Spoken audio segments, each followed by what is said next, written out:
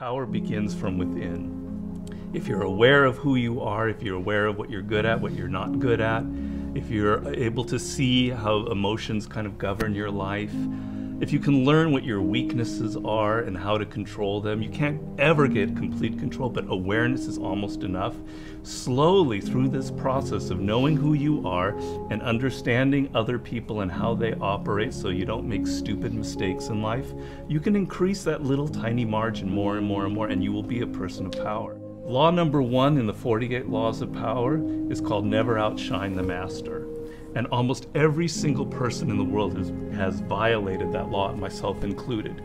Basically how it works, you're so eager to impress your boss or whomever in your new job that you try so hard that you make him or her feel insecure. Like maybe you're younger and better than they are, and because of that, you're fired, or something bad happens to you, and you never know why. Do you think meditation is allowing you to make more interesting connections because of the quiet?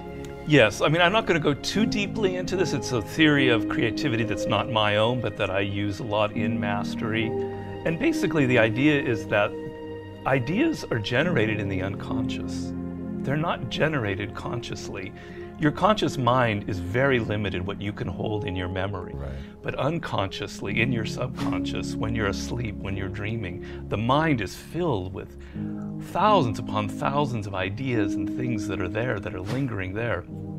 And connections are being made all of the time. And occasionally those connections float up to your conscious mind and you have a brilliant idea about how to do something. 1 out of 10 people are like great manipulators. And there just takes one person and they can ruin your life. We were born with this natural talent. Every single person is born with this talent for getting inside the minds of other people. It's something that you're not even aware of. How do they need to conceive of that? To what end are they using that skill to make their own dreams come true? First thing is you're not aware of this power that you have. You're walking around in life, I'm not critical because I'm the same, sort of sleepwalking. You're inside hearing your own thoughts day in, day out, like a continually, circling loop in your head. And you're not aware of the fact that if you stop that and you look at other people, a world opens up to you. So what's the first component of that world? Nonverbal communication. 95% of what really matters in communication between people is not through words. Words are used to deceive you, to disguise what people are really thinking. What are just a step or two that they can take down that path starting today? The first thing to understand is the most important, and that it is a skill. If you want to play the piano, you can't just sit down and suddenly play. You've got to practice it. You've got to practice it every day. And if you practice an hour a day, you're going to get better at it. Why are children able to learn and an adult can't? The reason is children don't think that they're superior. They don't think that they already understand the world. They're this small. They're weak. They're defenseless. They have to learn or they're going to die. They have to learn how to speak the language. They have to learn what's going on with their parents, or they're literally going to die. Do you have tricks that you use for ensuring that genius does not become a young man's game, that your books truly get better and better over time? Basically, every time I begin a book, I'm deathly afraid of failing. I feel like, oh, it's not going to sell as well as the last book. I'm losing it.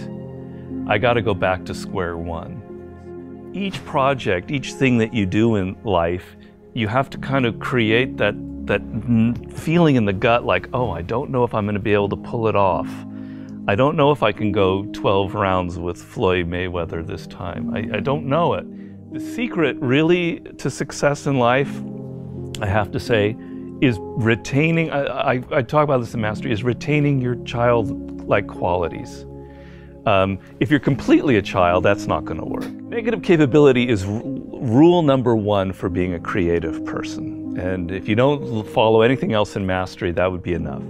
The ability to keep 2 ideas that contradict each other in your mind without feeling uncomfortable, without having to come to a conclusion. You can think about something without rushing to judgment and conclusion. You can be in the moment. You can say, well, it could be this, it could be that, it could be that. And you don't have to decide whether it's A, B, or C. You're open to adopting 3 or 4 different viewpoints. If you love music, don't quit your job and play guitar. Like, you're gonna have a hard time feeding your family. But you have advice for them. What is that advice? Yeah, but people say, you know, live your passion. So these are cliches, and nobody changes their life based on a cliche. You know, you've got to do hard work, and to do hard work, you have to have a roadmap. Somebody has to show you step to get there. Working for yourself, starting your own company, doing what you love should be everybody's goal. The process begins by first knowing what you really love. And believe me, I do a lot of consulting. A lot of people have no self-awareness. They don't even really know what it is that they were meant to do in life.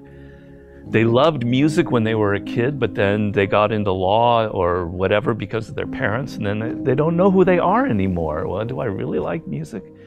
You got to go through that process first of figuring out what it is that really connects to you in a deep, visceral way, what you loved when you were a kid, what still excites you. Once you go through that and you understand it and you've got some clarity about it, okay, how do I incorporate that in my life? So if you're 23 years old, it's a little easier. I love music, but I'm not a musician because I've not been practicing it. I just love music. But I have a real good sense of business, and I've been studying business, and I have an MBA, etc. Okay, I've got to now find a way to craft a career that combines my knowledge of business and my love of music. And if I follow that and I do it smart and I plan it out, eventually what starts out with more business than music will end up becoming more creative as I get better and better at it. How do you prepare somebody to survive that initial stage of boredom and pain? Well, pain is great. You've got to embrace pain. Pain is pleasure. You've got to make the connection between the physical and the mental. Well, you know that when you're exercising, when you're running or you're working out or whatever, it hurts, but it leads to something pleasurable. You have to be able to translate that to mental things. And if you make that switch in your mind, it is mind-blowing what can happen to you. Who are the most messed up people in the world? Spoiled kids. Kids who are given everything, who have a rich father or mother and they don't have to work or try. They are the most messed up people you'll ever meet. Each person, I make this point in Mastery, is born unique. And it's kind of one of those cliches. Yeah. But there's science to it. The science is your DNA will never be repeated. The way your brain is wired will never be repeated.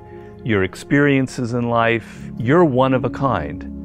And it's an amazing thought if you think about it. Of all of the billions of humans that have lived and will ever live, there will never be anybody who is wired like you are wired.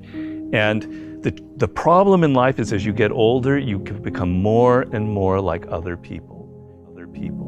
You spend a lot of your time thinking about what other people like, and you're not aware of what you like.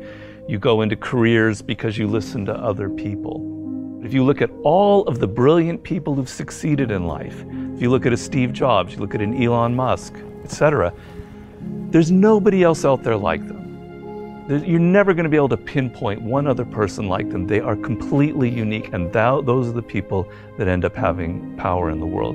So if you're going to be able to create that website, that blog, that whatever it is, that startup that is different, that has its own niche and reflects you, something good will happen from it. Control people's perceptions of reality and you control them. It's a great military strategy. Comes from the great Colonel Boyd, who invented what's known as the OODA loop. And he came up with the OODA loop, which means orientation, observation, decision, action. You have to observe what is happening, orient yourself into the context of it, decide what you need to do, and act. We want to believe that there are shortcuts to success. We want to believe we can take a drug or we can do something that'll make it quick and easy. But the truth is, it takes grit. It takes persistence. So it's hard to understand what could happen to you in 10 years in a visceral gut way of what it means to have failed in life. And to me, failure in life is not having money. It's not realizing your potential. You're 60 years old and you said, I could have been this, and I never did it. That's like the worst thought I think anybody can have. And you don't think about it in the moment because your life is okay. But you've got to wake up and understand that there's an urgency here, and that if you're not practicing something now, if you're not aware, if you don't have a path towards something better, you're rotting on the vine, and that day of reckoning will come at some point, and it will be painful. You're not going to feel it suddenly, it'll be slow, but it'll come and it won't be good. Just being aware that you now have a plan is enough to lift you out of that depression. Okay, I'm working at Burger King, but I know I'm going to get to this community college and get a degree here after I save enough money. Having a goal is like, will change you completely from being depressed or not taking care of yourself to being energized and moving in the right direction.